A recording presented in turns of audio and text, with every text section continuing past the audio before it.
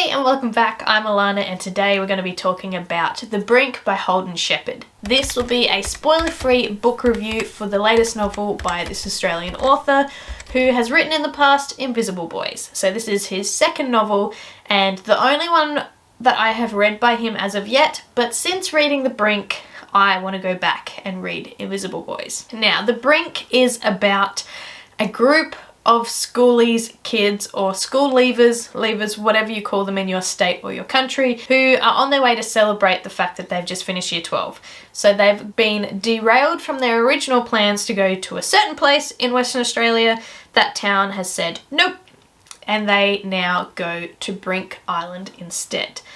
And from here, things spiral. So I would pitch this as your own experience as a schoolies kid meets The Lord of the Flies. So basically you have a group of teens who are on an isolated location and have access to drugs and alcohol, and being a group dynamic that also comes into play. So if you couldn't already tell, I did enjoy this novel. The writing style of this one is very raw and there is a lot of hard-hitting moments within this. There's a couple of deaths that happen as well, so just be aware going into this that this is marketed for upper teens, and essentially the taglines that are on the blurb fit this really well. The first one says, "Whoever survives the week will never be the same again." 100%. And then I also found this description to be pretty spot on. It says, "The Brink is a raw, powerful novel that pulls no punches in its authentic exploration of masculinity, sexuality, mental health, drug and alcohol abuse, relationships, and sex. Holden Sheppard takes the teenage experience to the next level."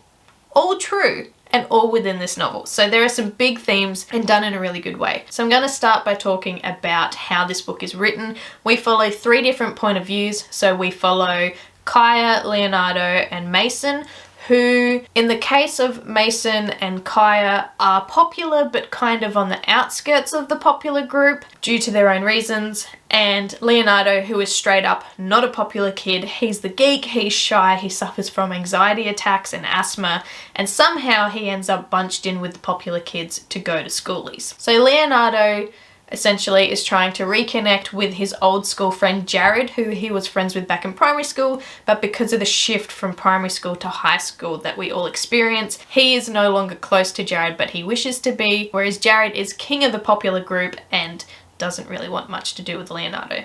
But Leonardo thinks that this week is his time to reconnect with his old best friend. Then you have Kaya, who is the high achiever and who was in the popular group but is more of an academic focused person, and she's getting pressure to lose her virginity by her popular friends. She's getting pressure to try different things and whatnot, but her home family life has been difficult as of late. She's got a sister who is in rehab and very strict conservative parents, and this is her week to let go. Then there's Mason, who is on a similar level to Kaya in the fact that he's still popular but he's not one of the main ones, and that is because he's kind of seen as the dumb jock. But Mason is battling with his sexual identity and he is coming to terms with the fact that he is in love with his best mate, and his best mate's main goal for the weekend is to try and sleep with as many girls as possible.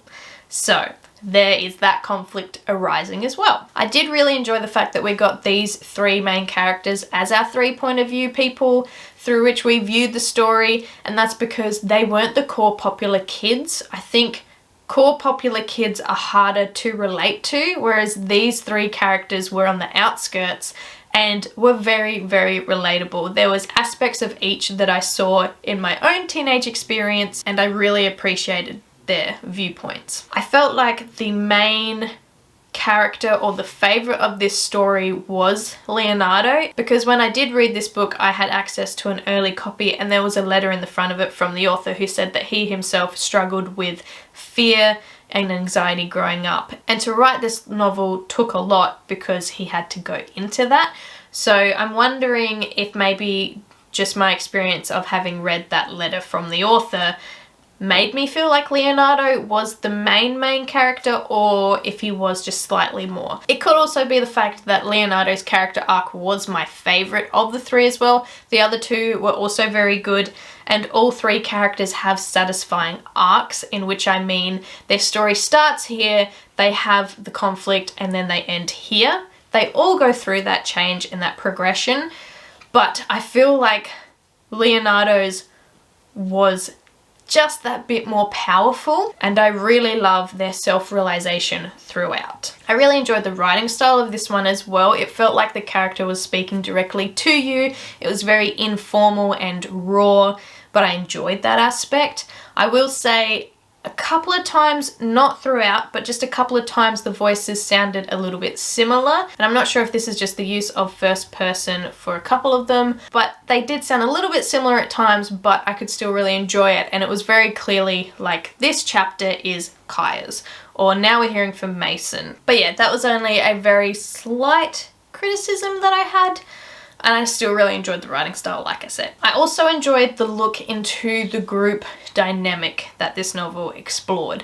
You have a bunch of teens on an island together that don't have a lot of phone reception, that don't have adults around, that are making their own choices, but with the concept of peer pressure in here as well. And I say concept, but I should just say peer pressure in general, because that is something that definitely happens as a teen growing up.